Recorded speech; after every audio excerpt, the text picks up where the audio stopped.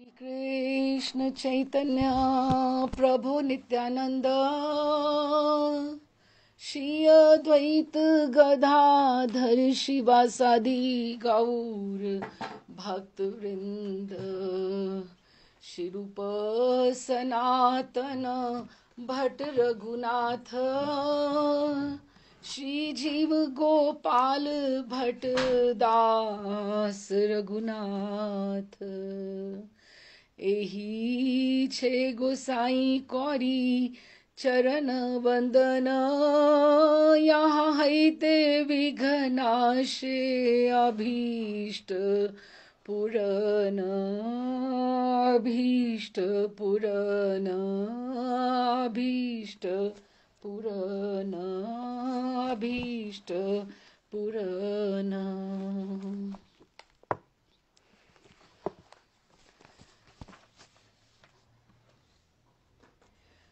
पिछली बार अगर आपको स्मरण हो तो हमने ठाकुर जी को प्रिया जी के चरणों में छोड़ा था। मान का प्रसंग चल रहा था।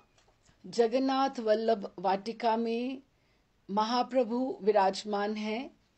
गंभीरा जो उनका आस्वादन चल रहा है गंभीरा भाव में, और स्वरूप दामोदर हैं, राय रामानंद हैं और रामानंद वसु हैं, क्योंकि वो उन दिनों में आए हुए थे रथ यात्रा पे रामानंद वसु, तो वो थोड़े दिन ठहर गए थे।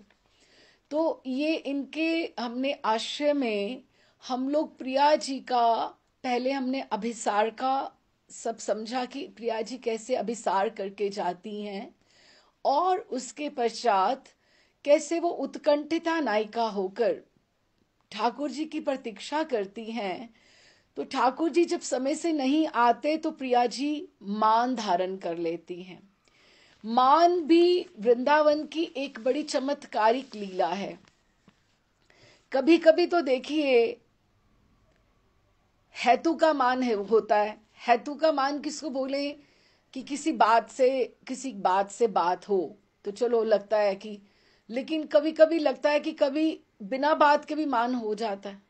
अहेतु का मान, अहेतु का मान कि उसका अर्थ कुछ भी ना हुआ, कोई ऐसी बात भी नहीं थी, लेकिन बात का क्या कुछ और ही बन गया।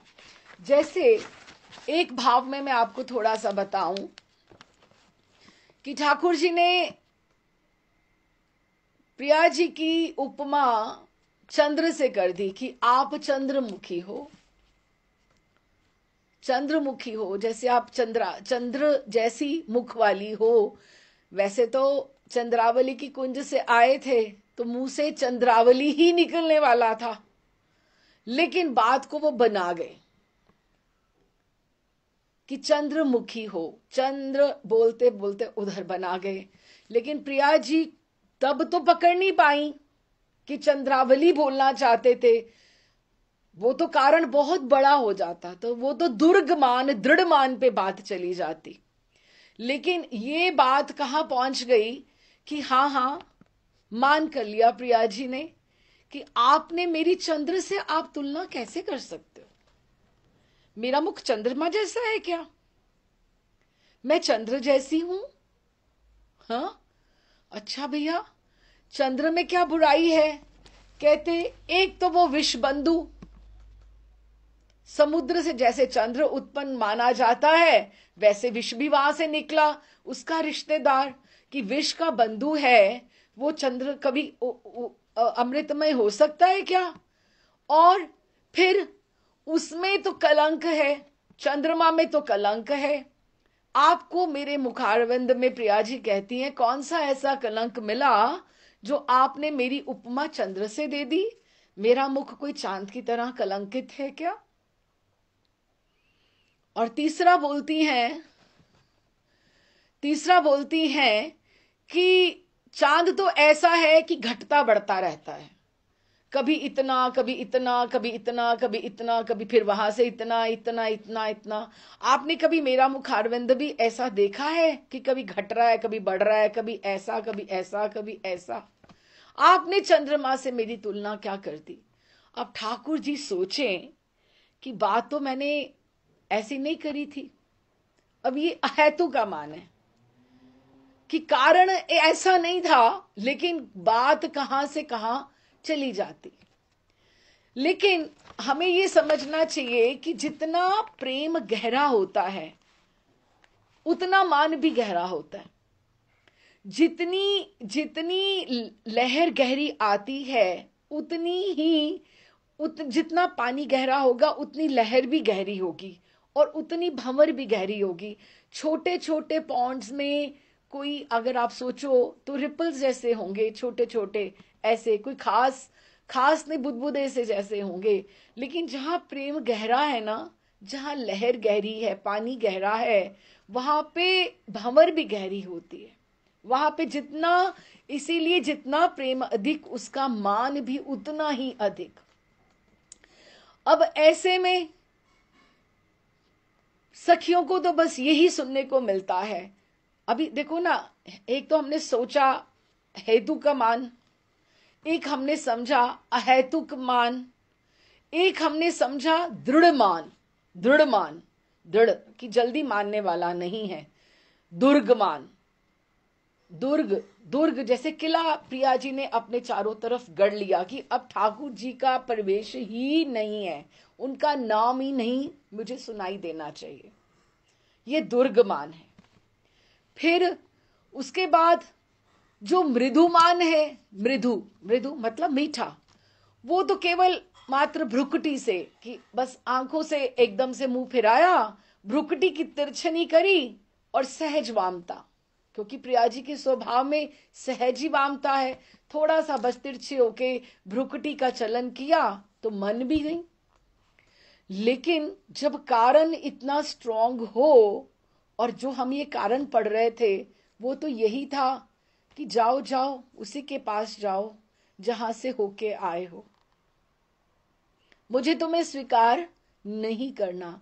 तभी तो ठाकुर जी उनके चरणों में गिरकर उनको मना रहे हैं। तो ये मृदुमान नहीं है, हेतु भी नहीं, अहेतु भी नहीं है, दृढ़, ये दुर्ग वाला मान है। और ऐसे में उनको, सखियों को ये सदा ही सुनाई देता है, ये बातें हमेशा ही चलती रहती, जाही माधव जाही केशव, जाही माधव जाही केशव, कि जाओ जाओ जाओ, पास मत आओ। ये स्वाभाविक ही है प्रिया जी का, जाही माधव, जाओ जाओ।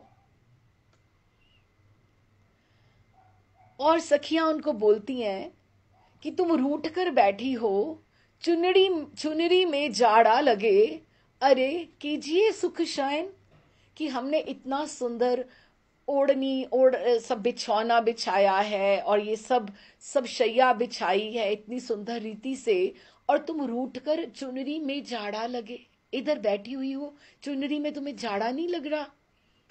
चुनरी में जाड़ा लगे, अरे कीजिए सुख शयन, शयन ये घड़ी घड़ी में रूसना सखियों को नहीं भाता।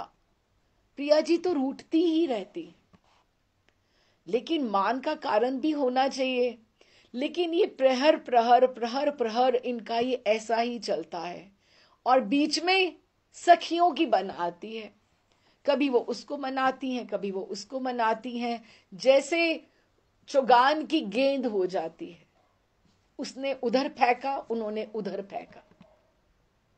कभी उनको मनाए तो अभी देखो ना, अभी प्रिया जी कभी तो उत्सुका नायिका है, उत्सुका नायिका है, और कभी सम उत्सुका नायिका है। सम उत्सुका बराबर की, कि उतनी ठाकुर जी भी उतने उत्सुक हैं और जितने प्रिया जी हैं। कभी प्रिया जी उत्कंठिता नायिका हैं और ठाकुर जी भी सम उत्कंठित नायक हैं। प्रिया जी भी सम उत्कंठिता नायिका है। लेकिन कभी कभी ऐसा नहीं भी होता, तो वही फिर वो दृढ़ मान का, दुर्ग मान का ये कारण बनता है। जब प्रिया जी को ठाकुर जी उतनी उत्सुकता नहीं दिखाते उनको मिलन की, कि समय पर नहीं पहुंचते, तो उनको फिर वो सखियां उनको डराती भी हैं, किसी और के पास चले जाएंगे, तुम क्या समझती हो, थोड़ी है वृंदावन में, ब्रिज में थोड़ी है क्या, तुम बहुत सुंदर हो क्या, तुम ऐसा स्वभाव रखोगी, ऐसा वाम तो यहां तो भरी पड़ी हैं ब्रज में। तो फिर प्रिया जी डर भी जाती हैं। तो सखियां अपने अपने पक्ष की उनको संभालने का, और ऐसे में सखियों का जो कार्य होता है वो बड़ा कठिन कार्य होता है। कठिन कार्य होता है कि क्योंकि सखियों का, मंजरियों का, किंकरियों का, दासियों का तो यही है ना कि तुम दोनों प्रसन्न रहो, तुम प्रियतम संग मुदित विराजो। अब उसमें कुछ खंडित होता है तो सखियों पर बन आ जाती है, क्योंकि उन सब का मूड जो है वो वृंदावन की प्रकृति के ऊपर रिफ्लेक्ट करता है सारा का सारा। तो अभी ये जो कारण था कि वो ठाकुर जी पूरी रात नहीं आए, तो ये तो दुर्गमान वाली बात थी बिल्कुल। और हमने जहां पिछली बार विश्राम किया था वो जयदेव जी का पद था, बड़ा सुंदर पद था, और हम उसको थोड़ा सा रिकैप करते हुए चलते हैं। किसी ने पिछली क्लास शायद मिस भी की होगी, तो उसको जरा सा एक बार थोड़ा सा क्योंकि 12 द्वादश सर्ग हैं श्री गीत गोविंद में, और ये दशम सर्ग में से जैसे एक एक अष्टपदी जैसे गीत हैं, तो ये 19वां गीत है जो उन्होंने कहा, वदसी यदि किंचदपि दंत रुचि कौमुदी हरति दरते मिरमति घोरम। ये वाला जो गीत था ये ठाकुर जी ने गाया, और गाते गाते इसमें से प्रिया जी को वो क्या कहना चाहते हैं इसमें, प्रिय चारुशीले तजो मान प्यारा अधर पदम रस देहरो ताप सारा, कि आप मेरे ऊपर कृपा करो, अपने अधरों का आप रस दीजिए, ताकि मेरा सारा जो हृदय का जो ताप है कि आप मुझे निष्कासित कर रही हैं, कुंज में से निकाल रही हैं, मुझे वो मेरा शमन हो जाए। तो ये पूरे के पूरे पद में इसमें क्या था, हम अभी वो सिचुएशन में चलते हैं वापस, हमें वही बिल्डअप करनी पड़ेगी पुनः। प्रिया जी जो हैं मुख फेर कर घूंघट लेकर इधर मुख करके बैठी हैं, और ठाकुर जी उनके चरणों में नीचे बैठे जहां हमने छोड़ा था।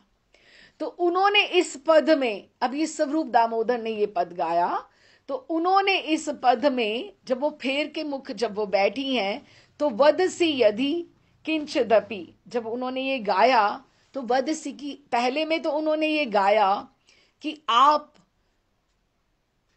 अपना मुख दर्शन तो कराओ, आप थोड़ी मुस्कान तो दीजिए, थोड़ा मुस्कुराइए तो सही, और मुझे मुख दर्शन तो कराओ, क्योंकि प्रिया जी ने मुख फेरा हुआ है। फिर बद से यदि किंचदपि, कि आप कुछ तो थोड़ा सा तो बोलो, कुछ तो कहो, अगर आप कुछ कहोगे तो मुझे आपकी शोभन दंत राशि जो है वो आपका दर्शन होगा, तो आपका मान हर लिया जाएगा, आपका मान अपने आप शमन हो जाएगा जब मैं आपकी मुस्कान, मैं आपकी मधुर स्मित देख लूंगा। तो उन्होंने उनको बोला कि मुख आप फेरो नहीं, मुख दर्शन कराओ।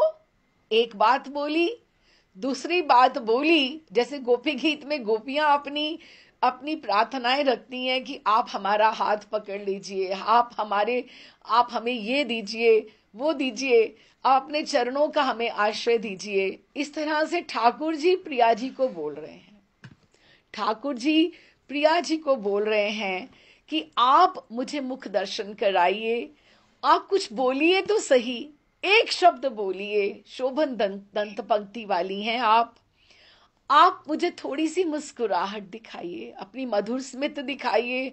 अच्छा, आप मुझे दंडित कीजिए, मैंने बहुत गलत की हूं, मैंने बहुत गलतियां करी, आप मुझे दंडित कीजिए। तो पूछते हैं तो क्या दंड दूं, आप मुझे तीखे नैनों से देखो, नैनों से प्रहार करो, आप मेरा अंग भंग कर दो, मेरे को आप मारो, जैसे मुझे कराघात करो, कर आघात, कर से आप करो, आघात करो, मारो ऐसा कि कर आघात, ऐसा नहीं कि बहुत जोर जोर से मारना, कर आघात करो हाथों से। नैन प्रहार, ये भी एक अपने आप में, अभी आप देखो ना, जो अपने होते हैं, हम कहीं जाएं, वो अच्छे से बात भी ना करें, देखे भी ना, तो ये दंड ही हो जाता ना, कोल्ड शोल्डर देना, इग्नोर करना। ये नैन प्रहार अपना एक मान का दिखाने के लिए तो बात है ना। जैसे महर्षि बोलते हैं, जब भी द्वारिका में, वहां पे कुरुक्षेत्र में ठाकुर जी मिले, तो प्रिया जी ने उनको बोला, आइए द्वारिकाधीश। अब इस संबोधन में कितना बड़ा प्रहार है। उन्होंने ये नहीं कहा आइए श्याम सुंदर, आइए कृष्ण, आइए प्रियतम। अब इस संबोधन में भी ठाकुर जी का तो दिल ही बैठ गया कि भृगुमुनि ने जब मुझे चरणों का आघात किया था हृदय पे, तो मुझे इतना कष्ट नहीं हुआ था जितना कष्ट अब हुआ है प्रियाजू, कि आपने मुझे द्वारिकाधीश, दुनिया भर मुझे कहे द्वारिकाधीश, आप मुझे द्वारिकाधीश समझते हैं। तो प्रिया जी ने कहा, अब आप जिस स्थिति में हैं, आप मेरे भी उतने ही हैं जितने सबके हैं, अब श्याम सुंदर नहीं है। तभी तो सारी रथ की भूमिका बनी, और ये सारा जगन्नाथ जी की भूमिका बनी, और ये सारा का सारी लीला हुई, क्योंकि उनको उतना एक संबोधन में उन्होंने आघात कर दिया। संबोधन में एक कितना बड़ा आघात कर दिया। अब ये नहीं है कि दंड देना हो तो किसी को कुछ आप प्रतिकूलता से बोलो भी नहीं, आप दृष्टि में से आप किसी को कुछ कह दो, दृष्टि में कोल्ड शोल्डर, इग्नोर।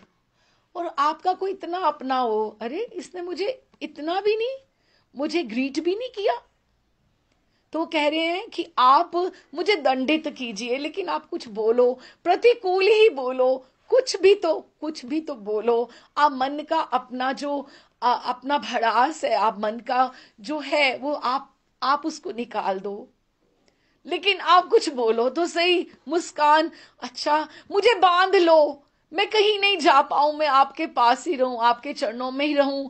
तो उन्होंने, प्रिया जी ने बोला, तो मैं कैसे बांधूं आपको, आप तो अंतर्यामी हो, आप त्रिभुवन नाथ हो, आप अपने स्वेच्छाचारी हो, शठ शिरोमणि हो, स्वेच्छाचारी, अपनी इच्छा से चलने वाले हो, आपको किसी की चिंता थोड़ी है।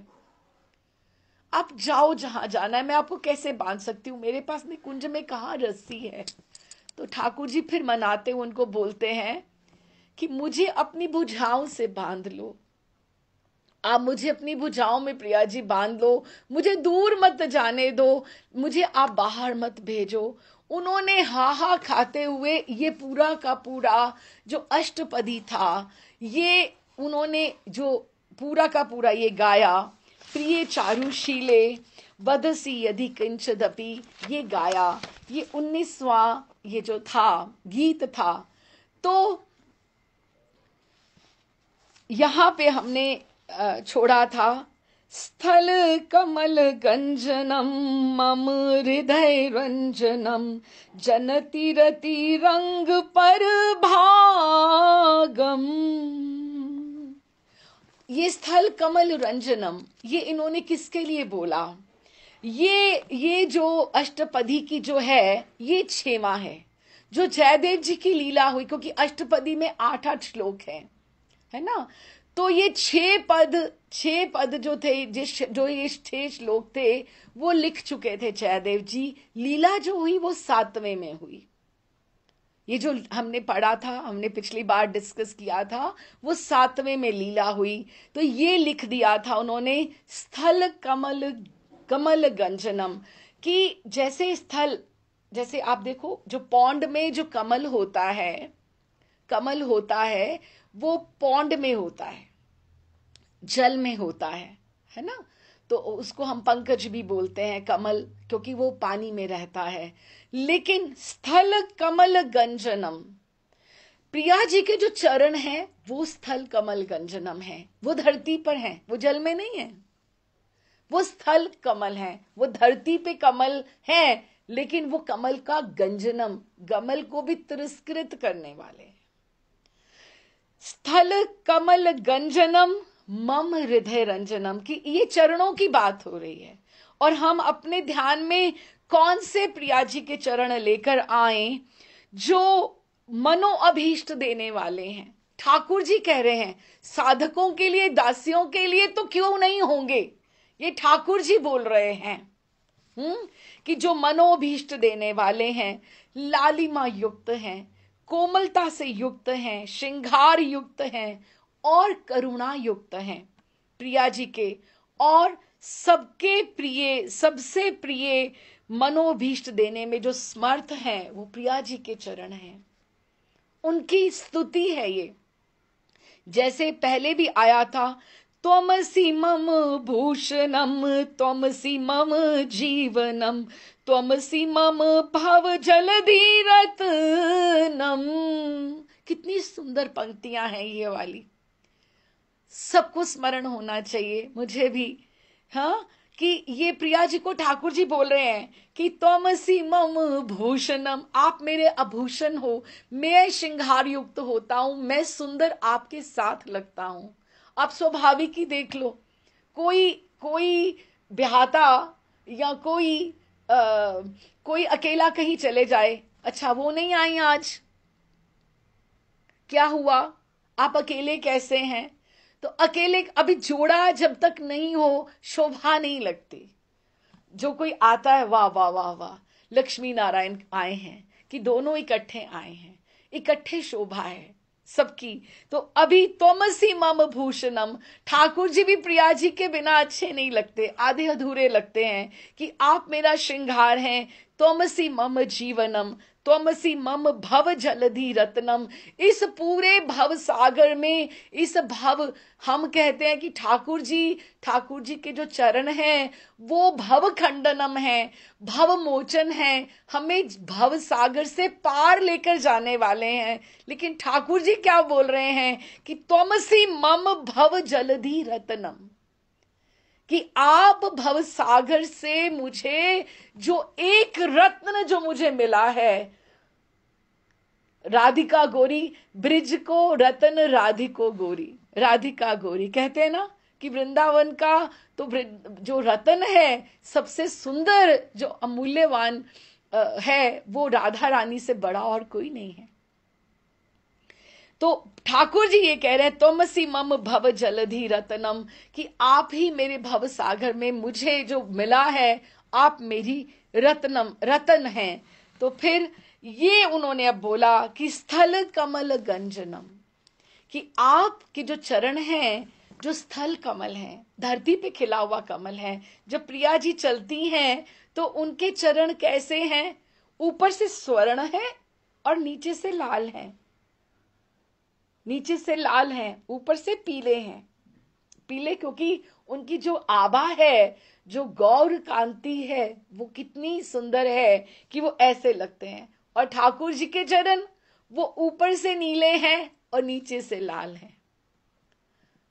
हमने श्रावण की लीला में, झूलन की लीला में, जब भी इनके पूरे के पूरे दोनों के चरण ऐसे झूलते हैं, आगे जाते हैं, तो लगता है कि दो ये कमल और ये दो कमल, ये कैसे हवा में लहराते हैं जब झूले झूले पे दोनों के चरण जाते हैं। तो स्थल कमल गंजनम मम हृदय रंजनम, ये कौन कह रहा है, प्रिया जी को ठाकुर जी कह रहे हैं। मैं इसको समय नहीं दे पाई थी पिछली बार, क्योंकि हमें ये समेटना था, इसलिए मैं अब इसको लेती हुई चल रही हूं इसको, कि मम हृदय रंजनम, कि वो कितना पोटेंशियल, कितना शक्तिमय ये श्लोक था, जिसमें ठाकुर जी स्वयं आके योगदान देकर गए। हाँ, तो ये ऑलरेडी वो बात कर रहे हैं जयदेव जी, उन्होंने ये लिखा है, ये सब उन्होंने ही लिखा है। स्थल कमल गंजनम मम हृदय रंजनम, मेरे हृदय को रंजनम की आह्लाद देने वाले, मेरे हृदय को आनंद देने वाले, मेरे हृदय को एकदम से, मैं जब आपके चरणों की आहट सुन लेता हूं तो मुझे प्रिया जी, मेरा मन प्रसन्न हो जाता है, मेरे हृदय को शांति प्रदान करने वाले। तो साधकों के लिए क्यों नहीं होंगे, प्रिया जी के चरण। अगर अगर ठाकुर जी ऐसा बोल रहे हैं तो, कि मेरे हृदय को रंजन करने वाले हैं। जन तीरती रंग पर भागम, रति रंग में पर भागम, कि सबको एकदम से जब भी आप मेरे से प्रेम करती हैं तो आप के सहित ये मेरे सौभाग्यशाली आपके चरण मुझे कितना आनंद देते हैं, मैं नहीं कह सकता। भण मृसन वाणी करवानी चरण द्वयम, सरस लस दलक तक रागम। भण मतलब कहना, आप कुछ कहो। मृषण वाणी की आपकी काकली, काकली जो आवाज है, आपका स्वर है, कितना कोयल के समान मीठा है। कि भण मृषण वाणी, स्निग्ध स्निग्ध भाषिणी है प्रिया जी। उनका जैसे कोई कोई किसी की आवाज हमारे कानों में पहुंचे तो हमें लगे बहुत मीठा मीठा स्वर आया है ना, सबसे मीठा मीठा। तो प्रिया जी की वाणी स्निग्ध भाषिणी, कि भण मृसन वाणी करवाणी चरण द्वयम, कि आप अपने दोनों जो चरण हैं, सरस लसद लक तक रागम, कि मुझे आप, ये मैं चाहता हूं कि मैं इसको आलता लगा दूं क्या। लसद लक तक आलता, रागम जो ये प्रेम का रंग है, ये राग जो आलता लगाना है, और ठाकुर जी का जो आलता ठाकुर जी ने जो लगाना है वो स्नेह से परिपूर्ण है, वो उनका प्रेम है। विलाप कुसुमांजलि की कितनी सुंदर लीला आती है इसमें, कि एक बार स्पर्श करते हुए चलते रघुनाथ दास गोस्वामी को प्रणाम करते हुए चलते हैं। एक बार रति मंजरी रघुनाथ दास गोस्वामी पाद बैठी हुई हैं, प्रिया जी के चरणों में आलता लगा रही हैं, आलता लगा रही हैं।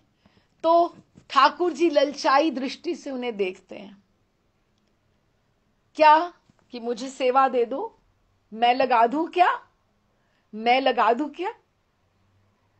तो रति मंजरी उनसे पूछती हैं, दास गोस्वामी सेवा में जब हैं, अच्छे से लगाओगे, अच्छे से करोगे ना, आपको ये काम आता है ना अच्छे से, तो देती हूं आपको ये वाला अवसर सुयोग।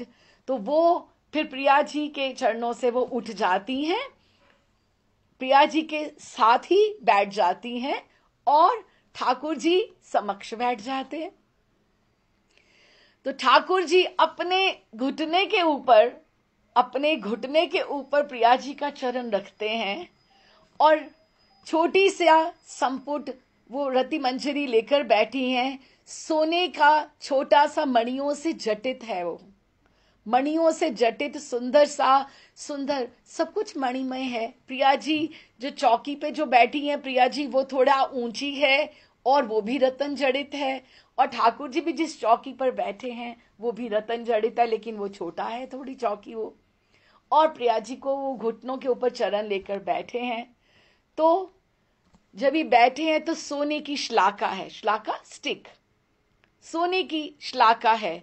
तो जब उसको आलते में उसको डुबोया, ऐसे डुबोया, तो जब ये लेकर आए तो रति मंजरी मुस्कुराती हैं। क्यों?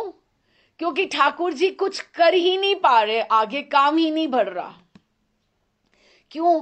क्योंकि उस चरण की शोभा इतनी है कि ठाकुर जी मुग्ध हो गए हैं। वो जो ऐसे लग रहा है कि जो रत्न ऐसे चांद टके हुए हैं, उनके चरणों में नखमणियां जो हैं इतने सुंदर, इतने सुकोमल, जैसे पद पल्लव उदारम, इतने सुंदर चरण कि उसको कहाँ स्पर्श करें और कहाँ क्या लिखूं, इस पे क्या बनाऊं, क्या करूं, कैसे आगे बढ़ूं, कितने सुंदर। तो रति मंजरी पहले देखती है, थोड़ा देखती है और उनको कहती करो करो, आगे कार्य करो, जो सेवा ली है। तो आपको लगता है कि जो सखियां काम करती हैं या मंजरी दासियां काम करती हैं वो ऐसे ही कर लेती हैं ना, अपने ऊपर उनको बहुत नियंत्रित होकर काम करना पड़ता है। सेवा का धर्म बहुत कठोर है, वो कितनी आनंदित होती हैं। नरोत्तम ठाकुर की जब हम चंपक मंजरी की बात करते हैं, जब वो कहते हैं कि मैं देखती हूं कि सखियां मंजरियां जब कार्य करती हैं तो अपने आनंद को कितना वो नियंत्रित करके बैठती हैं। क्यों? क्योंकि सेवा में अपने आनंद का सोचोगे तो सेवा छूटेगी। आपको दर्शन हो रहे हैं श्रृंगार, आप अपने ठाकुर जी का ही देख लो। रोज लगता है कल तो जो सुंदर लग रहे थे आज उससे भी सुंदर लग रहे हैं, आज उधर उससे भी सुंदर लग रहे हैं। तो आपको लगता है कि प्रिया प्रियतम रोज रोज नित्य नित्य कितने सुंदर ना लग रहे हों, तो फिर वो अगर वो सुंदरता के ही दर्शन करने लग जाएंगी तो फिर आगे की सेवा कौन करेगा, रसोई कौन बनाएगा, उनका आगे का कार्य कौन करेगा, उनको संकेत में कौन लेके जाएगा, उनको ये कार्य कौन करेगा। अब प्रिया जी तो सुंदर है ही है, ठाकुर जी तो सुंदर है ही है, कृष्ण नाम तो ऐसे ही तो नहीं आया। हाँ, जैसे अब जब हम बोलते हैं विश्व विमोहन श्याम सुंदर, विश्व विमोहन श्याम सुंदर है श्याम, लेकिन इतने सुंदर है कि विश्व को मोह लिया। लेकिन फिर साथ ही बोल देते हैं विश्व विमोहन श्याम सुंदर विमोहिनी राधा रानी, कि विश्व विमोहन श्याम सुंदर को भी मोहित करने वाली राधा रानी। अब कौन सा पक्ष भारी है? तो फिर वो सोचते हैं ठाकुर जी चरण लेकर, हाथ में लेकर, कि अभी नहीं, हाथ में नहीं, घुटने पे रखा हुआ है, कि क्या करूं, कैसे करूं, क्या फूल बनाऊं, क्या बेल बनाऊं। तो उनको लगता है कि मैं अपना नाम ही लिख देता हूं, कृष्ण, क्योंकि इस रूप में मेरा नाम प्रिया जी के चरणों, प्रेम का देखो आप, इसको किसी जगत के प्रेम से आप उसको कंपैरिजन नहीं कर सकते हो। ये दिव्यता है, ये अलौकिक जगत है, अलौकिक जगत है। तो आप वो चरणों में उन्होंने जब नाम लिखा, लिखा कृष्ण, फिर और लिखा कृष्ण कृष्ण कृष्ण, ऐसे बेल की तरह बनाते हुए चले, तो इतना सुंदर नाम लग रहा है। तो कहते हैं मेरा नाम कितना सुंदर है। आप देखो, जब महामंत्र कभी लिखा हुआ कहीं दिखे आपको तो आपको कितना सुंदर दिखाई देता है, अच्छा लगता है ना, लगता है अपना है, हमारा महामंत्र है। कहीं पढ़ लो वृंदावन धाम, लगता है हमारा, मेरो वृंदावन, मेरे वृंदावन का नाम है। कान खड़े हो जाते ही किसने नाम लिया, हमारे वृंदावन का, है ना। तो वो जब लिखा कृष्ण कृष्ण कृष्ण कृष्ण, बेल की तरह लिखते गए, तो इतने प्रसन्न हुए, ठाकुर जी को रोमांच होने लगा कि मेरा नाम इतना सुंदर है। और फिर बैकग्राउंड, उसकी बैकग्राउंड, कोई बैकग्राउंड भी ऐसी हो कि नाम भी चमक जाए, और प्रिया जी के चरणों में एकदम से लिप्त हो गया नाम। तो वाह, ठाकुर जी लुट गए, ठाकुर जी से आगे बढ़ा ही नहीं जा रहा है, कुछ आगे लिख ही नहीं पा रहे। हाँ, तो रति मंजरी यूं हंस रही है मुंह दबा के कि मैंने कहा था आपसे कुछ नहीं होने का, सेवा नहीं होना, सेवा नहीं होनी। तो प्रिया जी को भी हंसी आ रही, समझ तो वो भी रही है सारी बातें। अब ये मान में नहीं है, लीला है, लेकिन सुंदर लीला है, जुड़ी हुई लीला है, राग की लीला है। ये राग है, ये लगतक, ये जो है ना, देखो हम एक एक श्रृंगार की बात करें ना, ये बिंदी में भी राग है, प्रेम है। जो कंगन भी पहने जाते हैं ना, उसमें भी प्रेम है, ये प्रेम के बंधन है। मुद्रिका भी जो पहनी जाती है, इसमें प्रेम है, उसमें ठाकुर जी की स्मृति जुड़ी हुई है। ये ठाकुर जी और प्रिया जी के संबंध को जो बढ़ाती हैं, ये बढ़ाती हैं, ये वो चिन्मय श्रृंगार हैं। तो फिर आगे उन्होंने जब भी देखा कि रति मंजरी हंस रही है, हाँ, उनको कुछ कह नहीं रही, जिसको सेवा पे बिठाया है, तो प्रिया जी ने क्या करा कि ऐसे अपना चरण उठाया और ऐसे रति मंजरी के ऐसे भुजा के ऊपर ऐसे ऐसे कर दिया, अपना चरण मार दिया। तो चरण जब मारा तो एक तो चरण का आघात प्रिया जी का स्पर्श हुआ यहां पर, और साथ में क्या छप गया, कृष्ण कृष्ण कृष्ण कृष्ण कृष्ण। ये प्रसादी कृष्ण आ गए कहां से, प्रिया जी के चरणों से आ गए। तो ये रघुनाथ दास गोस्वामी पाद ये प्रार्थना कर रहे हैं कि ये मुझे ऐसा सुअवसर कब प्राप्त होगा जब आप थोड़ी हंसकर, थोड़ी खींचकर और थोड़े प्रेम के साथ मुझे अपने चरणों से आघात करोगी। लेकिन इस श्लोक के पीछे जो लीला छिपी हुई है विलाप कुसुमांजलि की, वो कितनी मधुर है, आंखों के आगे एकदम से चित्रण आ जाता है।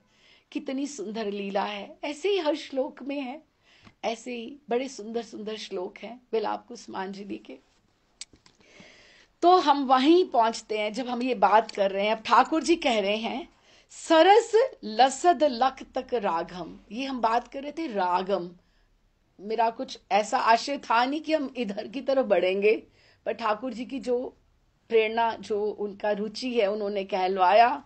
तो रागम कि मैं प्रेम से ये राग लगा दूं, ये भी एक प्रेम का एक जैसे उन्मोचन कर रहे हैं, वो उसको खोल रहे हैं, अपना एक एक्सप्रेस कर रहे हैं, उसको एक्सप्रेशन है कि मैं आपके चरणों में आलता लगा दूं क्या, प्रेम से, राग से भरा प्रेम से लगा दूं क्या। यहां तक लिख लिया जयदेव जी ने। फिर आगे बोला, फिर वही चरणों की महिमा बात कर रहे हैं। स्मर गरल खंडनम मम शिरसी मंडनम देहि पद पल्लव मुदारम।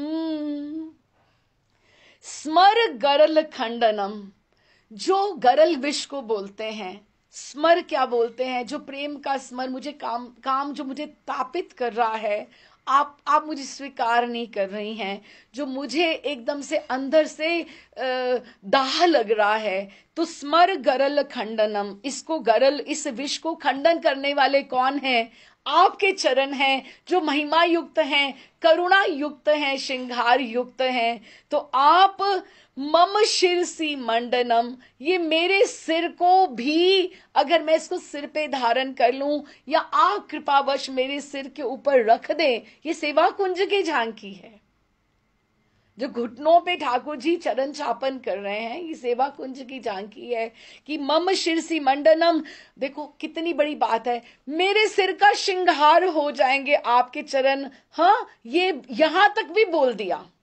स्मर गरल खंडनम मम शिरसी मंडनम, मेरे का सिर का श्रृंगार है, किसके, ठाकुर जी के। साधकों के क्यों नहीं होंगे, हमें तो बोलना चाहिए, प्रिया जी को साफ साफ बोलना चाहिए। तभी तो महिमा है गीत गोविंद के गाने की, ठाकुर को प्रिय है, ये उनकी तारीफें हो रही है ना, प्रशंसा हो रही है ना, कि ऐसे मैं मनाता हूं प्रिया जी को। आपको लगता है ठाकुर जी इससे क्यों, ये नहीं लिखा प्रिया जी इससे प्रसन्न होती हैं, ठाकुर जी इससे प्रसन्न होते हैं गीत गोविंद से, क्यों आपको लगता है ये ठाकुर जी की प्रशंसा है ना, ये उनकी प्रियतमा की प्रशंसा है, उनकी प्रियतमा की महिमा और ऊपर जा रही है उनसे, तो बड़े प्रसन्न होते हैं। जैसे गुरुदेव प्रसन्न होते हैं, मेरा शिष्य मेरे से आगे बढ़े, पिता प्रसन्न होता है, मेरा पुत्र आगे बढ़े, ऐसे ठाकुर प्रसन्न होते हैं, मेरी प्रियतमा को आगे बढ़े, मेरे प्रियतमा को सब जाने। अगर वो गौरहरि बनकर भी आए हैं तो इसीलिए आए हैं, मेरी प्रियतमा राधा रानी का मेरे प्रति क्या प्रेम है, दुनिया गा रही है, मैं समझ नहीं पा रहा हूं। तो अल्टीमेटली वो किसको क्या प्रूव करने आए हैं, जगत को यही बताने आए हैं कि राधा करुणा से बड़ा और कोई नहीं है, वृंदावनेश्वरी से बड़ा और कोई नहीं है। हे मन, हे साधक, तू उनके आश्रित हो, उनके चरणों में आश्रित हो। तो फिर स्मर गरल खंडनम मम शिरसी मंडनम, स्मर गरल खंडनम मम शिरसी मंडनम, ये उन्होंने लिख लिया जयदेव जी ने। बस आगे उनके मन में तो घूम आ रहा है, दे स्मर गरल खंडनम मम शिरसी मंडनम। अब ये जो 3 शब्द हैं, देहि पद पल्लव उधारम, कि मुझे आप अपने चरण दे दीजिए, मुझे भिक्षा दे दीजिए। ये जो शब्द थे उनके हृदय में गूंज रहे हैं, लेकिन वो लिख नहीं पा रहे। अरे इतनी बड़ी बात कि मुझे अपने चरण दे दीजिए, मैंने आगे भी बहुत लिख दिया, ज्यादा हो गया।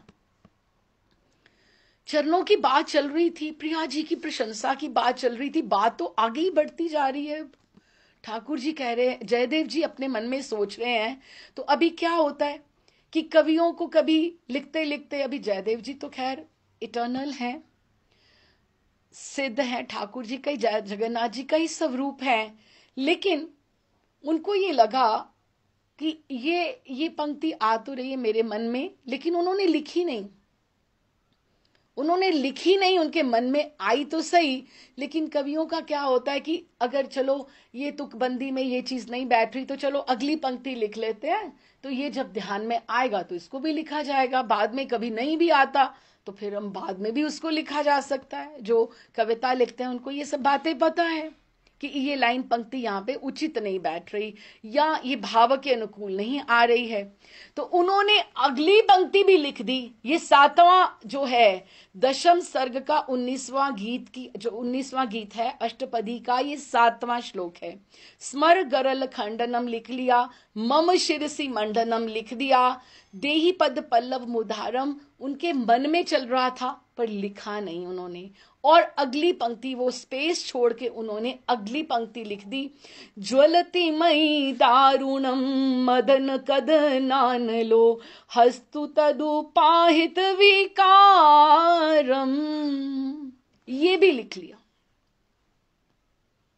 ये भी पंक्ति पूरी की पूरी लिख दी कि मेरा जो दारुण मदन कदनान लो, ये जो मदन मेरा जो दारुण कठिन मेरे को जला रहा है कि आप मुझे स्वीकार नहीं कर रही, आप मेरी तरफ देख नहीं रही, आप मुख फेर के बैठी हैं, तो हस्तु तद पाहित विकारम, कि अगर आप मुझे स्वीकार कर लेंगी तो मेरे हृदय का जो ताप है वो शांत हो जाएगा। ये भी लिख दिया, 7वां पद भी 7वां लिख दिया वो पंक्ति छोड़कर, और 8वां भी लिख दिया जो अष्टपदी का वो जो था, इति चटुल चाटू पटू चारु मुखैरिणु राधिका मदि वचन जातम जयति पद्मावती रमण जय देव कवि भारती पणति मति शातम। पूरी की पूरी अष्टपदी हो गई, लेकिन दैट लाइन इज मिसिंग। उनको लग रहा है ये उपयुक्त नहीं है, ये अच्छी नहीं है, मैं कुछ और सोचूंगा। तो वो स्नान करने चले गए, और जैसे हमने समझा था वो स्नान करने गए और पीछे से पद्मावती ने भोग किया ठाकुर जी का, सब बनाई रसोई करी, और वो आधे रास्ते में से तो क्या आना था, ये कहकर श्याम सुंदर कृष्ण आ गए कि मुझे वो पंक्ति याद आ गई। उन्होंने कहा आप इतनी जल्दी आ गए, तो उन्होंने कहा मुझे वो पंक्ति वो जो रह रही थी ना, तो मैं सोच रहा हूं पहले लिख लूं, फिर मुझे विस्मृत नहीं हो जाए। तो ये आके ठाकुर जी अपनी छाप देके गए। अब आप ये बताओ कि ये ठाकुर जी जो जयदेव जी के हृदय में ये बात ला सकते थे, हाँ, ये वो चाहते हैं कि मुझे पूरी दुनिया देखे कि मैं प्रिया जी के इतने आसक्त हूं, मैं प्रिया जी के इतने शरणागत हूं कि मुझे अपने चरण दे दो।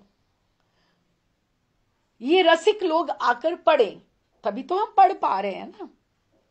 ये स्टैंप देके गए, वो सकुचा गए, वो सकुचा गए लिखने में कि ये मैं ज्यादा ही लिखता जा रहा हूं, लेकिन इतनी बड़ी बात नहीं लिखनी चाहिए। लेकिन ठाकुर जी स्वयं उसको लिखकर ये प्रमाणित कर गए कि मैं रसिक शेखर हूं, मैं प्रिया जी के कितना मैं उनसे प्रेम करता हूं, ये ठाकुर जी स्वयं कह के गए कि मैं ऐसा हूं। तो ही तो रसिकों ने पद पदावलियां लिखी हैं मान के ऊपर, तभी ऐसे थोड़ा आके चरणों में गिर जाएंगे। जब मान होगा तो ही तो गिरेंगे ना।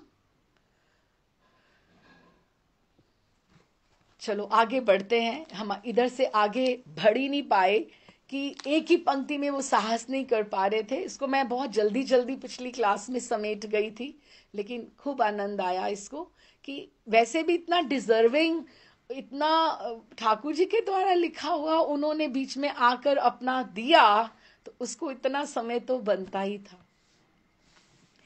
तो फिर दे ही पद पल्लव मोदारम, जब उन्होंने बोला कि मुझे आप अपने चरण दे दीजिए, तो हाथ आगे जैसे करें, हाँ, कि मैं अपने सिर पे रख लूं, क्योंकि उन्होंने पहले ही बोला ना कि मुझे अपने मम शिरसी मंडनम, कि मेरे सिर पे मेरे मंडनम, मेरा श्रृंगार हो जाएगा। हाँ, तो प्रिया जी ने अपने चरण सब कुचा लिए, पिच के कर लिए थोड़े से, जैसे कोई चीज को पकड़ने की कोशिश करता है। आप सोच के देखो, ठाकुर जी ऐसे कर रहे हैं और प्रिया जी अपने चरणों को थोड़ा, वो खुद तो फिरी हुई हैं, खुद तो फिरी हुई हैं, घूंघट मार के इधर की तरफ देख रही हैं, और साथ में उन्होंने मुख फिराया तो हुआ है और रुष्ट है, बिल्कुल उदास है, बात भी नहीं कर रही है, भ्रुकुटी भी नहीं टेढ़ी है, देखना ही नहीं है, बस रोती जा रही हैं।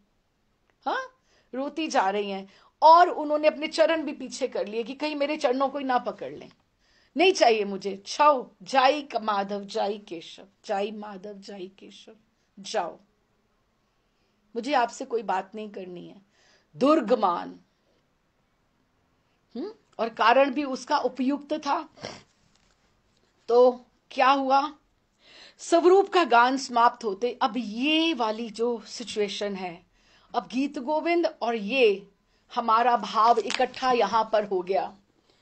यहां पर एक भाव, क्योंकि वहां भी मान था, ऐसे ही ठाकुर मना रहे थे, और यहां भी मान चल रहा था, तो तभी उन्होंने ये पद गाया संस्कृत में।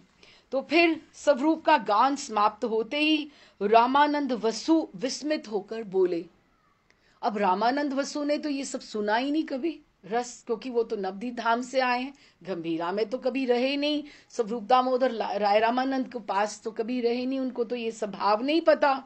तो कहते वो कह उठे, सुनो राय महाशय रामानंद राय महाशय, ये क्या हुआ, एक बार ही चरणों में गिर गए, ये क्या करा उन्होंने।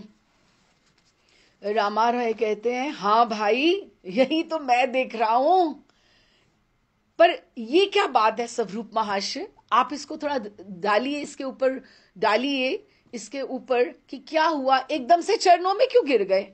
कुछ और भी तो कह सकते थे, कुछ और भी बात कह सकते थे अपनी सफाई में, और बात चरणों में गिर गए। हाँ, लेकिन स्वरूप जो थे ना, उन्होंने ललिता भंगी अपनाई। अभी जितना भी ये चैप्टर में, अध्याय में जितना आएगा, उनकी वो ललिता भंगी में ही बात करेंगे। ललिता जी की जो भंगी है हमने समझी है उद्धव संदेश और हंसदूत में, कि कैसा वो बात करती हैं। उनका देखो ना, ये जो ग्रंथ है ना, और सुंदरता देखो, किसी ने कहाँ लिखा, किसी ने कहाँ लिखा, किसी गोस्वामी ने कब लिखा, लेकिन एक जो आप ये ग्रंथ पढ़ लेते हो, क्या है, एक कैरेक्टर सखियों का डेवलप हो जाता है, बिल्डअप हो जाता है। ललिता जी का स्वरूप कैसा है, ललिता जी का स्वभाव कैसा है, वो संरक्षण करती हैं, लेकिन उनमें वो है, थोड़ा सा वात्सल्य भी है, लेकिन वो थोड़ा सा उग्र, गुस्सा भी कर देती हैं, ठाकुर जी को डांट भी देती है। चतुर नायिका है वो, उनको लगता है मैं प्रिया जी से, राधा रानी से बड़ी हूं, मुझे कैसे रहना चाहिए। तो वो ऐसे ललिता भंगी से स्वरूप दामोदर बोलते हैं, क्योंकि उनको भी गुस्सा है, जैसे प्रिया जी का भाव है वही तो रिफ्लेक्ट करता है ना प्रकृति में और सखियों में। कहते हैं, इस बात को कौन नहीं जानता, ये है प्रेम का प्रायश्चित। चरणों में तो गिरना ही बनता था, ये प्रेम का प्रायश्चित है। महाप्रभु कहते हैं, केवल अभी एक बात को वो सब जस्टिफाई कर रहे हैं, सब उसको डिस्कस कर रहे हैं कि ठाकुर जी चरणों में गिरे, इज इट जस्टिफाइड, ये न्याय संगत है कि ठाकुर जी को कुछ और करना चाहिए था इस समय। हम भी ये सोचें। महाप्रभु कहते हैं केवल चरणों में गिरकर ही इस पाप का प्रायश्चित पूर्ण नहीं हुआ। मुझे तो लगता है वो निकुंज से भी बाहर निकाल दिए गए होंगे। बस चरणों में गिर जाए, माफी मांग ले, क्षमा याचना कर ले तो हो गया क्या? ना, निकुंज से भी बाहर उनको निकाल दिया गया होगा। राम वसु कहते, अच्छा ऐसा हुआ था? श्रीमती का मान तो कैसा कठिन है, ये तो दुर्ग मान है, बहुत कठिन है। रामा राय कहते हैं मान तो कठिन है ही, लेकिन मान का कारण भी तो कम नहीं ना था। वाकई कम तो नहीं था। सारी रात्रि जगी और आए तो उनके सारे चिन्ह उनके मुखारविंद के ऊपर कारे पे कारो। कौन सी सखी का काजर लगाकर आए, आते आने से पहले दर्पण में मुख तो देखकर आते। तो कारण क्या कठिन, क्या कम था क्या? राजनंदिनी श्रीमती राधिका अपनी मान मर्यादा कुल, अब ये सब जस्टिफाई कर रहे हैं राधा रानी को। हैं तो सब सखियां मंजनियां, ये राधा रानी के पक्ष में सब बोल रही हैं, पर बोलना भी चाहिए, हम भी राधा रानी के पक्ष में ही हैं। परंतु मान का कारण उससे क्या कम है? राजनंदिनी श्रीमती राधिका छोटी मोटी है क्या? अपनी मान मर्यादा कुल शील लज्जा आदि सब परित्याग करके, अनेक प्रकार के शारीरिक क्लेश सह करके, सैकड़ों विपद अपने सिर पर धरकर, केवल एक बार कि श्याम सुंदर का मुख चंद्र निरखने के लिए, कि मुझे खैर ठाकुर जी का एक बार मुझे दर्शन हो जाए, को घर से निकलकर आई थी। कैसे अभिसार किया? वर्षा ऋतु में कितना कठिनाई से हमने सब समझा था, अभिसारिका नायिका का रूप में उन्हें। तो श्याम सुंदर ने पूरी रात्रि में एक बार भी इनकी खबर भी नहीं ली। ये क्या कुछ कम अपराध है क्या? ऐसी दशा में चरणों में गिरना कोई बड़ी बात नहीं है। ये तो ब्रिज रस की रीति के अनुसार उनका कर्तव्य ही था, उन्हें ये करना ही चाहिए था। ये कौन बोले? रामा राय, रामानंद राय बोले कि ये तो उन्हें करना ही चाहिए था, ये उनका कर्तव्य था। अच्छा, स्वरूप फिर ललिता भंगी में बोले, उनमें इतना कर्तव्य ज्ञान है, ये भी प्रशंसा की, ये क्या प्रशंसा की बात नहीं है क्या? कि इतना भी उनको समझ में आता है कि मेरा यहां पर ये कर्तव्य बनता है। अब किसी को ये याद दिलाना पड़े कि आपका यहां ये कर्तव्य है, ये दायित्व है, आप ये कर दीजिए। किसी को पता ही ना हो कि मुझे क्या करना है, लेकिन ठाकुर जी को कम से कम ये तो पता था कि ये मेरा कर्तव्य है। लेकिन महाप्रभु को अच्छा नहीं लग रहा। वो कृष्ण रूप में यहां पर राधा रानी को जस्टिफाई कर रहे हैं। कहते नहीं स्वरूप, यदि ऐसा है तो ये कुछ भी नहीं है, ये कुछ भी नहीं है। अगर वो कर्तव्यतावश अपना दायित्व समझ के कि मैंने प्रिया को दुख दिया है, अपना कर्तव्यतावश चरणों में घिरे हैं, तो ये कोरा गिरना है, मैं इसे प्रेम नहीं मानता। कितनी बड़ी बात है।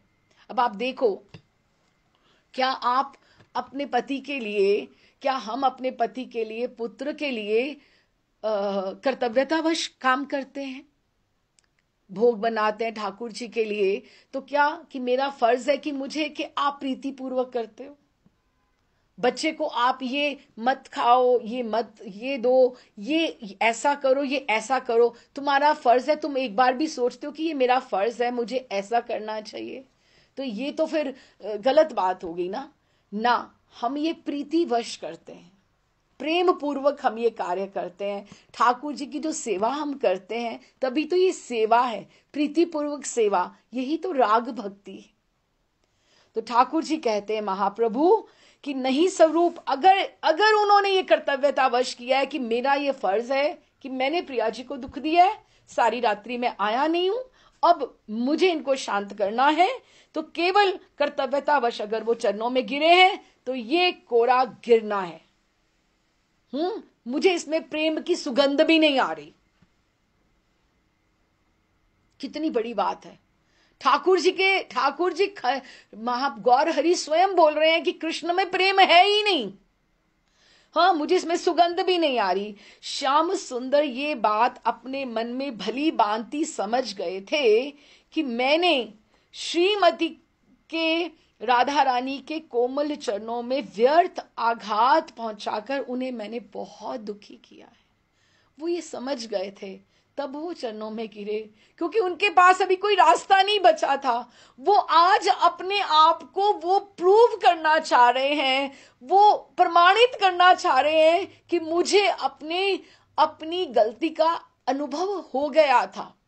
हाँ, तो कहते हैं कि उनको समझ में आ गया था कि मैंने प्रिया जी के हृदय को आघात पहुंचाया है, उन्हें दुखी किया है, और इसीलिए राधा रानी के दुख से भी अधिक दुख उनके प्राणों में हुआ था। इसी से उनमें प्रेम, उन्होंने विवश होकर, कर्तव्यतावश वो नहीं गिरे थे, वो प्रेम विवश होकर श्री राधा रानी के चरणों में मस्तक धरकर अपने नयन जल से उन्होंने प्रिया जी के चरण धोए थे।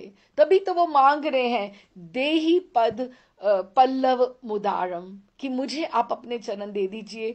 आप वो मांग रहे हैं उनसे कि मुझे आप अपने चरण दे दीजिए।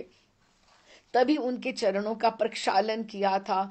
त्रिभुवन पति होकर भी वे भक्ति के वश में हैं, प्रेम के वश में हैं। उनके विशाल ऐश्वर्य में महामाधुर्य का परिणाम है। ये भी अब कितनी बड़ी बात है। अब देखो ना, सेवा कुंज, अभी महाराज कितना सुंदर वो कहते हैं कि मुझे वो पद नहीं आता कि यहाँ ढूंढा ठाकुर, यहाँ ढूंढा कहीं नहीं मिला, पर बैठा पलोटत राधिका पायन। सेवा कुंज में बैठे ठाकुर राधा रानी के चरणों के ऊपर गिरे हुए कि इतना ये ढूंढे, इतने ढूंढे, कहाँ मिले। अब ये देखा जाए तो जगत की रीति से बिल्कुल उल्टा है। तो वृंदावन में उल्टा ही तो है सब कुछ। कौन से अच्छा बात है? चोरी है तो वहां है, झूठ है तो वहां है। वृंदावन में क्या सीधा सीधा कुछ है? ठाकुर ही सीधे ही नहीं है हमारे तो। हाँ, ठाकुर ही सीधे नहीं है, तो वो वहां पे तो वैसे ही सब कुछ टेढ़ा का टेढ़ा ही है। वृंदावन में कोई कुछ सीधा तो है ही नहीं है। तो कहते हैं कि त्रिभुवनपति होकर वे भक्ति के वश में है। देखो, प्रिया जी की भक्ति, तभी तो वो गिरे उनके चरणों में, प्रेम के उनके वश में थे तभी तो गिरे। और उतने विशाल ऐश्वर्य में, ये उनमें विशाल ऐश्वर्य में, ये उनमें महामाधुर्य छुपा हुआ है। उनकी इतना महामाधुर्य है, ये प्रमाण है उनका गिरना। ये ठाकुर जी की जीत नहीं है, ये प्रिया जी की जीत है। वही बात है ना, विश्व विमोहन श्याम सुंदर विमोहिनी राधा रानी। जब हम बोले वृंदावनेश्वर की जय, वृंदावनेश्वरी की जय, इधर से ये आता है। वृंदावन चंद्र की जय, वृंदावन चंद्रिका राधा रानी की जय, इधर से आता है विश्व अच्छा, फिर क्या बोले? ब्रिज नयन रंजन, ब्रिज नयन रंजन कृष्ण की जय, कि जो सबका आनंद देने वाला है। तो क्या बोले इधर? क्या बोले? ब्रिज नयन रंजन रंजनी राधा रानी की जय, कि एक कदम उनका आगे बढ़ता है। विश्व विमोहिनी विश्व विमोहन श्याम सुंदर विमोहिनी राधा रानी की जय, एक कदम उनका आगे चलता है। तो कहते केवल दया जिनमें है, उनको भी ऐसे समय में चरण पकड़कर क्षमा मांगना उचित है। ये गौर हरि बोल रहे हैं, ठाकुर जी को भी प्रूव कर रहे हैं कि उनका प्रेम है। वो अपनी गलती मान रहे हैं, लेकिन फिर भी एंड में किसको बढ़ावा दे रहे हैं? ये राधा रानी की प्रशंसा हो रही है, अपनी प्रियतमा को आगे बढ़ा रहे हैं। कहते हैं ऐसे समय में चरण पकड़कर क्षमा मांगना बहुत उचित है। और जो करुणामय है, दयामय है, ठाकुर कृष्ण दयामय है, प्रेममय है, एवं जो रसमय भी हैं, वो ऐसी दशा में चरणों में पड़कर उनकी क्षमा प्रार्थना अति सुंदर और अति मधुर है। रूप स्वरूप मुझे बहुत आनंद आया, तुमने मुझे ये सारा सुनाया, ये पूरा का पूरा। और जयदेव जी के उसके गीत गोविंद के साथ इसका जैसे मिलन हुआ, क्योंकि वहां भी यही स्थिति आई और यहां भी वही स्थिति आई।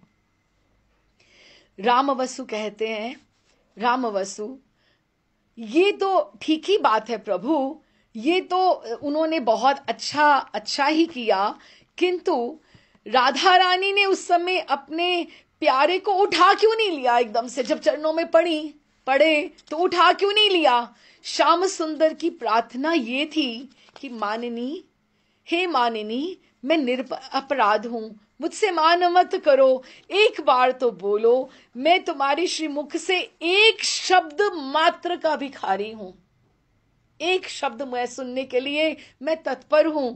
एक शब्द मांग रहे हैं प्रिया जी के मुखारविंद से, कितना सुंदर। तभी तो उन्होंने बोला, वदसी यदि किंच दपि, किंच छोटा सा, अगर तुम वदसी कुछ बोलोगी, यदि किंच दपि थोड़ा ही बोलोगी, तो दंत रूपी कौमुदी, आपकी दांतों की मुस्कुराहट, शोभन दंते, वो मुझे दिखाई देगी तो मैं प्रसन्न हो जाऊंगा। एक बार बोलो तो सही, कभी हम ऐसा किसी को बोलें अपने को, एक शब्द ही तो बोलो। वही ठाकुर जी बोल रहे हैं, मैं एक शब्द मात्र का भिखारी हूं, तुम ही मेरा जीवन हो, तुम ही मेरा आभूषण हो, यही तो बोला ना, त्वमसि मम भूषणम, त्वमसि मम जीवनम, कि आप मेरे आभूषण हो। प्रियाजू, केवल दया करके एक शब्द तो कहो, तुम्हारे चरण मेरे मस्तक के आभूषण है। मैंने कोई अपराध नहीं किया, मुझे नहीं मालूम है कि मेरा क्या अपराध है। यदि कोई अपराध मुझसे हो गया हो तो अपने चरण आप मेरे मस्तक पर धर दो, मुझे दंडित करो, मेरा उससे आपके चरण मस्तक पर रखकर मेरा उसका निवारण हो जाएगा। आपके प्रसन्न श्रीमुख के दर्शन को ही मैं यहाँ आया हूं कि आपका मैं प्रसन्न देखूं मुखारविंद। हाँ, इस श्रीमुख की एक बात सुनने के लिए, एक दो बातें सुनने को ही मेरा व्याकुल मेरा मन है। एक शब्द तो मुख से कहिए ना, और अपने श्री चरणों में मुझे स्थान प्रदान करो। रामवसु कहते हैं, ये ऐसा ठाकुर जी का चरणों में जब गिरना था, उनका अर्थ ये था कि मुझे आप अपने चरणों का आश्रय दो, आप स्वीकार कर लीजिए। ये कहकर ब्रजेंद्र नंदन श्याम सुंदर ने रो रो कर नयन जल से अपने कपोल और श्रीमती के युगल चरण भिजो दिए, किंतु मानिनी ने तनक भी फिरकर नहीं देखा। इतना दुर्गमान है। प्रिया जी वैसे घूंघट मारकर ऐसे ही बैठी रही, उन्होंने एक बार भी तनक थोड़ा सा भी मुड़कर नहीं देखा। तो उन्होंने फिर तनक भी नहीं देखा। अपने चरण जो उनको लग रहा था ये मेरे चरणों को पकड़े ना, ये चरणों को मेरे, उन्होंने और सकुचाकर चरण भी हटा लिए वहां से, और फिर कर बैठ गई, और थोड़ा सा फिर गई और आगे चली गई। तनिक भी उन्हें दया नहीं आई। इसके अनंतर श्याम सुंदर को उसी क्षण निकुंज से निकाल देने की आज्ञा हुई। प्रिया जी ने नहीं बोला इशारे से कि इनको निकुंज से निष्कासित कर दिया जाए। अब देखो यहां पर हम विश्राम करेंगे तो कैसा होगा, कैसा मोड़ आ रहा है, पर ये सब ऐसा ही है। हाँ, तो फिर वो कहते हैं कि इनको निकुंज से निकाल देने की आज्ञा हुई कि इनको निकाल दो, नहीं चाहिए, जाई माधव जाई केशव, नहीं चाहिए। स्वरूप कहते हैं, हाँ वसु महाशय, इस लीला का यही महात्म्य है, यही महिमा है। एक मनुष्य जब पुकार कर हार जाए, अभी देखो ना, ऐसा ही तो होता है ना कि जब पुकार कर हार जाए। क्या प्रिया जी पुकार कर हार गई तो ठाकुर जी आए। अब ठाकुर जी पुकार कर हार रहे हैं तो अब प्रिया जी को जवाब देना चाहिए। ऐसा ही हुआ ना। तो हम इससे क्या सीखें कि साधक जब पुकार कर कह दे, बस मैं किसी योग्य नहीं हूं, मैं दीन हूं, मुझसे कुछ नहीं होता ठाकुर, प्रिया लालजू मैं आपका हूं, हे राधा रमन आपका हूं, आप स्वीकार कीजिए। पर ऐसी शरणागति, ऐसा समर्पण आना चाहिए, तभी हमारी जब पुकार करते करते करते हम थक जावें तो फिर उधर का फिर डायलॉग शुरू होता है, उधर से संभाषण शुरू होता है। जब गोपी गीत में भी जब ही थक गई गाते गाते गाते गाते रू रुदु सुस्वरम राजनम, रोती रोती जब चुप हो गई तो ही तो ठाकुर प्रकट हुए ना। तो उन्होंने कहा इस लीला का यही महात्म्य है। एक मनुष्य जब पुकार पुकार कर हार जाए, पुकारने पर भी उसे कोई उत्तर ना दे, तो वह मान के अभिमान से मौन हो जाता है। मान इतना, अच्छा मुझसे इन्होंने ये किया, मैंने इनके लिए ये किया, मान के अभिमान से मौन हो जाता है, चुप, कुछ बात करने को भी मन नहीं होता। उस समय दूसरी ओर चिल्लाने पुकारने का अवसर आता है कि तब उसकी बारी आती है। फिर व्याकुल भक्त के आकुल प्राणों की पुकार जब बंद होती है, वो जब भक्त शांत हो जाता है कि नहीं अब मैं कुछ नहीं करूंगा, now you look into it, आप देखिए मुझे क्या चाहिए, आप मुझे उभारिए, मैं तो सब कुछ छोड़कर आपकी शरण में आया हूं, आप मेरी सुध ही नहीं ले रहे। यही तो है ना कि ठाकुर जी प्रियाजू आप मेरी सुध तो लीजिए। फिर वो भी एक भजन आता है ना, पापा बड़ा सुंदर गाते हैं कि राधा जू को मेरी सुधी कौन करावे, भोरी सखी का पद है, बहुत सुंदर। और ये कौन कराने वाले हैं? हमारे गुरुदेव हमारी सुध कराएंगे कि देखो प्रियाजू ये आपके द्वार पे मैं लेके आया हूं, कि वही हमारी सुध प्रिया जी को कराने वाले हैं। तो फिर व्याकुल भक्त के आकुल प्राणों की पुकार जब बंद होती है, तब भगवान की पुकार प्रारंभ होती है। ये साधक और ये गोपी गीत, ये सारे वही एग्जाम्पल्स, उदाहरण हैं। किंतु भक्त फिर कोई उत्तर नहीं देता, वो मान के अभिमान से मौन हो जाता है, चुप हो जाता है कि मुझे नहीं बात करनी इनसे। कृतज्ञ भगवान भी सहज में भक्त को छोड़ने वाले नहीं है। भगवान हमारे वो जो साधक है ना, क्या हो जाते हैं, उनको ऑब्लिगेशन हो जाती है, अरे इसने मुझे भोग लगाता है, ये मुझे, इसने सारा अपनी नींद भी खराब करता है ये मेरे लिए, ये मेरा श्रृंगार करता है, अपना कितना समय, इसको और किसी में रुचि नहीं, ये तो मेरा ही है, ये सब कुछ है। फिर उसको ध्यान आता है कि मैं तो कृतज्ञ हूं, ऑब्लाइज्ड ठाकुर जी फील करते हैं। ये बहुत बड़ी बात है, ठाकुर जी को ऑब्लाइज्ड फील कराना चाहिए। अब देखो ना, कोई सिंपल सा एग्जाम्पल है, कोई रिक्शा वाला आपको मिल जाए, वहां मिल जाए आपको वृंदावन में या कहीं भी रिक्शा वाला, तो आप उसको बोलो कि इधर जाना है, तो उतरो, तो आप पैसे दो, तो वो ना मैं नहीं, आपसे कोई कुछ नहीं लूंगा, आप तो मेरे बड़े अपने हैं, मुझे आपने सेवा दी बहुत है। तो वो कितना ऑब्लाइज्ड फील करेगा कि अब ये इतना बड़ा हो गया कि इसने, मैं ऑब्लिगेशन फील करता। तो ठाकुर जी अपने आप को भक्त के आगे कृतज्ञ फील करते हैं, और प्रिया जी की तो बहुत आगे करते हैं कि मैंने इनको इतना कष्ट दिया, इन्होंने मेरे लिए इतना कष्ट सिया, और मैंने इनको क्या दिया, कुछ नहीं। वो कृतज्ञ है, कृतघ्न नहीं है, कृतज्ञ है। फिर वो सोचते हैं कि अब मैं इसको कैसे छोड़ूं, इसने मेरे लिए बहुत कुछ किया है। वे बड़े प्रबल पकड़ने वाले हैं, और उनकी पकड़ जो है ना, बहुत पकड़ मजबूत है। वो महाराज श्री कहते हैं ना, कृष्ण की जो क्री है ना, वो हुकी ऐसी पकड़ने वाली है कि जिससे वो पकड़ते हैं, ऊपर उठा लेते हैं, तो वो छोड़ने वाले नहीं हैं। आवश्यकता हो तो भक्त के द्वारपाल भी बन जाते हैं, जैसे बलि के बने थे। भक्त के चरणों में मस्तक रखने में भी पश्चातापद नहीं होते, कि उन्हें भक्त के चरणों में भी झुक जाते हैं, उसको जो चाहिए। कितने भक्त वत्सलता के उदाहरण हैं, ग्रंथ के ग्रंथ भरे पड़े हैं। भक्त माल पढ़ो, नाभा जी की, प्रियादास जी की भक्त चरित्र अवध बिहारी लाल कपूर जी ने कितने लिखे हैं। तो सब ठाकुर जी को सबने कर्जाई किया हुआ अपने प्यार से, कि और इतने स्नेह करके कि ठाकुर को आना ही पड़ता है। तो फिर जबकि भक्तों के संबंध में ही उनका ऐसा नियम है कि वो छोड़ नहीं सकते, तो फिर राधा रानी के प्रति जिन्होंने महाभाव स्वरूपिणी जो उनके लिए ही समर्पिता है, उन्हीं की हैं, और ऐसे के लिए उनके प्रेम की तो बात ही क्या है। वो साधक को नहीं छोड़ते, अपने भक्त को नहीं छोड़ते, तो राधा रानी को कैसे छोड़ देंगे। राम वसु बोलते हैं स्वरूप पंडित, अच्छा ये तो हुआ सो हुआ, किंतु निकुंज से बाहर क्यों निकाल दिया गया, ये मुझे अच्छा नहीं लगा कि एकदम से बाहर ही निकाल दिया, एकदम से। स्वरूप कहते हैं इसको दुरज्य मान कहते हैं। ये भी मान की टाइप्स हैं, ये सब की सब हाइट है ना, टाइप है। तो इसको दुरज्य मान कहते हैं कि जहां पर प्रेम जितना गंभीर होता है, वही जितना पानी गहरा उतनी उतनी लहर गहरी, उतनी भंवर गहरी।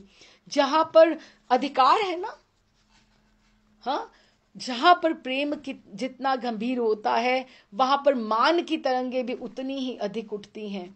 महाप्रेम में महामान होता है, बात बात में मान, कारण अकारण में मान, और उस महामान में महातरंगे उठती हैं। इन्हीं तरंगों के प्रत्यायित से बहिष्कार होता है। ये कोई बात नियम से विरुद्ध नहीं है, ये कोई बात उन्होंने गलत नहीं करी, ये बहुत ज्यादा एक्यूरेट करी है कि निकुंज में से निकाल दिए गए। कौन बोले? ललिता जी बोली। स्वरूप दामोदर बोले कि कोई बात नियम के विरुद्ध नहीं है, बहुत अच्छा हुआ। महाप्रभु कहते हैं लोग समझते हैं कि प्रेम में नियम नहीं होता, किंतु स्वरूप ने अच्छी तरह हमें समझा दिया कि प्रेम में भी नियम होता है। कि ठीक है, अगर आपने परेशान किया है, अगर आपने दुख दिया है, तो आपको दंडित किया जाना चाहिए। ठाकुर है, त्रिभुवन नाथ है, तो क्या हुआ, हाँ? तो अच्छे से समझा दिया, प्रेम में भी नियम होता है। वसु महाशय समझे आप? राम वसु कहते हैं बात तो ठीक है, किंतु बहुत कठिन कार्य है और असह्य है, हमें अच्छा नहीं लग रहा है ये सब कुछ। हमें अच्छा लग रहा है क्या? दोनों अलग अलग हैं। वो उधर बैठी हैं मुंह फेर के तन के, और वो बेचारे निकाल दिए गए हैं। किसको अच्छा लग रहा है? ना हमें अच्छा लग रहा है, ना वहां पे अच्छा लग रहा है, किसी को भी अच्छा नहीं लग रहा है। तो उन्होंने कहा बात तो कठिन है और असह्य है। कुसुम कोमला सखीगण तो बड़ी दयामयी थी, क्या उन्होंने भी श्याम सुंदर की पक्ष की कोई बात नहीं कही? कहते कोई सखी बीच बचाव में ना आई। दो जन की लड़ाई हो रही हो, झगड़ा हो रहा हो, तो कोई बीच बचाव में कोई आ जाए तो नहीं आए क्या?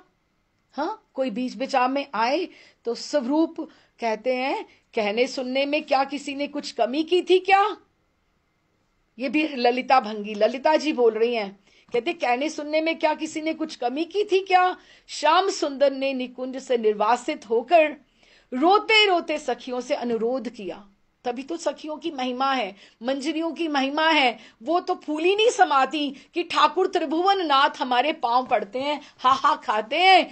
तभी तो वो उद्धव को कहती है कि तुम कौन से उनकी बात कर रहे हो, किसको समाधि में ले, किसको ये करें। हमने तो उसको निकुंज के बाहर हा हा खाते देखा है, तुमने उसको किताबों में पढ़ा होगा, हमने उसको बरता है, हमने देखा है कि उधर वो कैसा है। वो तो हमारी प्रिया जी के निकुंज के बाहर हाहा खाता था कि मुझे जरा दर्शन करवा दो क्या। तो उन्होंने रोते रोते सखियों से अनुरोध कर उनके द्वारा अनेक अनुनय विनय कराया। बहुत कहा, बहुत बार उन्होंने कहा, तो उन्होंने राधा रानी का दुरज्य मान किसी प्रकार कम ना हुआ, कोई फर्क नहीं पड़ा, अंतर नहीं आया। अंत में श्याम सुंदर निराश होकर श्री राधा कुंड की तरफ चले गए। तो ये लीला कहीं आसपास ही निकुंजों में गोवर्धन के पास कहीं हो रही होगी, या राधा कुंड, तो वो राधा कुंड की तरफ चले गए हैं। श्याम सुंदर की ये दशा देखकर सखियों के चित्त में बहुत ही कष्ट हुआ कि अच्छा नहीं हुआ, हमने अब सारी योजना बनाई, सब कुछ किया, कुछ बन ही जाता तो अच्छा था, प्रसन्न हो जाते। अब ये फिर सारा का सारा कार्य तो धरा का धरा ही रह गया, अब करना तो हमें ही पड़ना है सब कुछ। उस समय ललिता श्री राधा रानी के समीप आकर क्रोध से कहने लगी, पहले तो आप ही बढ़ाती हैं, सिखाती हैं, हाँ, उनकी बात मत सुनना। हाँ, उन्होंने तुम्हें बहुत दुख दिया है, लेकिन अब आकर उनको सिखा, उनको कह रही हैं, उनको क्रोध कर रही हैं। क्या कहती हैं? ये पद है, अब मुझे नहीं समझ आ रहा मैं कहाँ विश्राम करूं, थोड़ा सा और पढ़ के देखते हैं, क्योंकि अभी अध्याय भी थोड़ा सा और है। ये थोड़ा सा पढ़ते हैं। प्यारी का चाहत अब आन, कि प्यारी जू क्या चाहती हो आप? ठाकुर जी का मिलन चाहती हो या नहीं चाहती हो? आप पहले हमें बताओ, वैसे तो हम आपको फॉलो करें। प्यारी का चाहत अब आन, प्यारी का चाहत अब आन, प्यारी का चाहत अब आन। कि आपके मन में क्या चल रहा है? आपको ऐसे ही रहना है क्या? अब आपने उनको त्याग दिया है तो क्या त्याग ही दिया है? Is it for good? बस हो गया, हम चलें अब घर? कि अब आगे क्या?